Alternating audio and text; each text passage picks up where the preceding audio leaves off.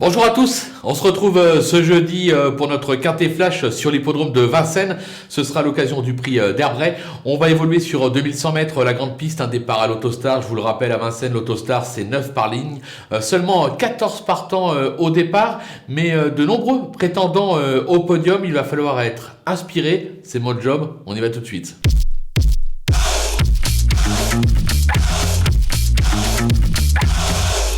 Allez, on attaque avec nos bases. Une petite surprise en tête avec le numéro 5 Déco de Tilou, qui à mon sens vaut beaucoup mieux que ses récents échecs.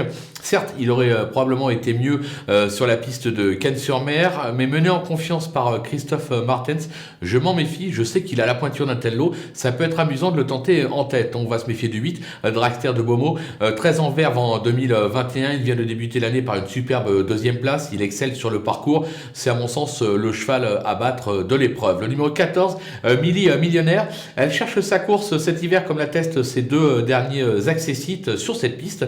Elle s'est déjà bien comportée sur le parcours du jour, même avec le 14 derrière la voiture, c'est-à-dire en seconde ligne. Je m'en méfie tout particulièrement. Du côté des opposants, le deuxième favori de la course, je pense, le 3, DiMaggio.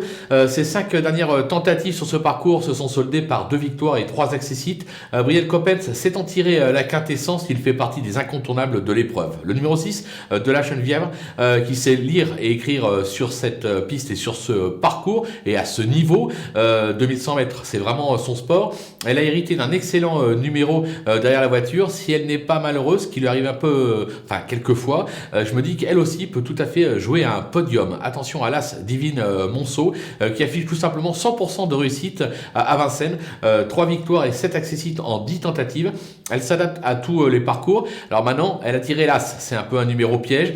Si elle s'en sort, elle est capable, elle aussi, de venir jouer les tout premiers rôles dans cette épreuve.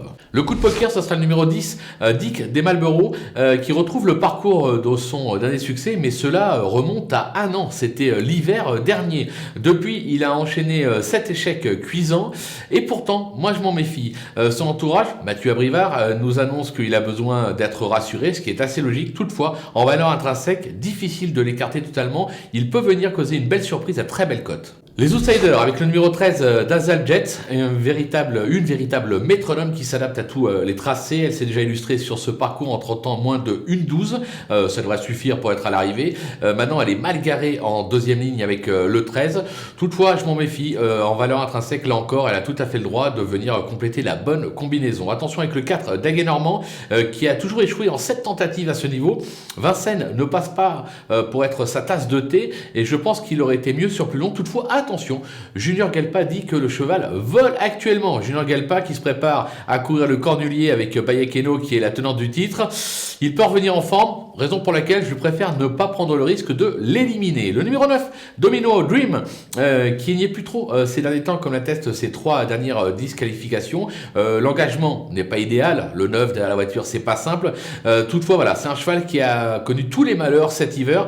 Un jour ou l'autre, il va avoir un parcours limpide et il va montrer son vrai visage. Ça peut être ce jeudi, raison pour laquelle on le garde quand même en bout de piste.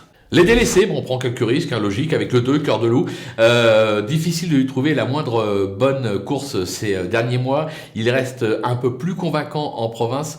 Je vais l'écarter sans trop de regrets. Le numéro 7, Carlita Girl, elle est surtout considérée comme une jument de province. Ça se complique à Vincennes, même si elle s'y est déjà illustrée.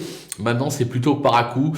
J'avais pas la place de la garder. Le numéro 11, Concerto Royal, ce fils de Severino, est vieillissant et effectue sa rentrée après plus de 5 mois d'absence. De plus, je trouve qu'il s'exprime surtout en province, raison pour laquelle je l'écarte. Et enfin, le numéro 12, Cimarron, qui s'est déjà bien comporté sur ce parcours, 3 accessites en 7 tentatives, mais qui reste trop inconstant pour moi. Il est franchement décevant cet hiver, raison pour laquelle aussi j'avais pas la place de le garder et j'ai préféré l'éliminer. Voilà, on a fait le tour de cette superbe épreuve. On va se quitter avec ma sélection et mes conseils de jeu. À vous de jouer.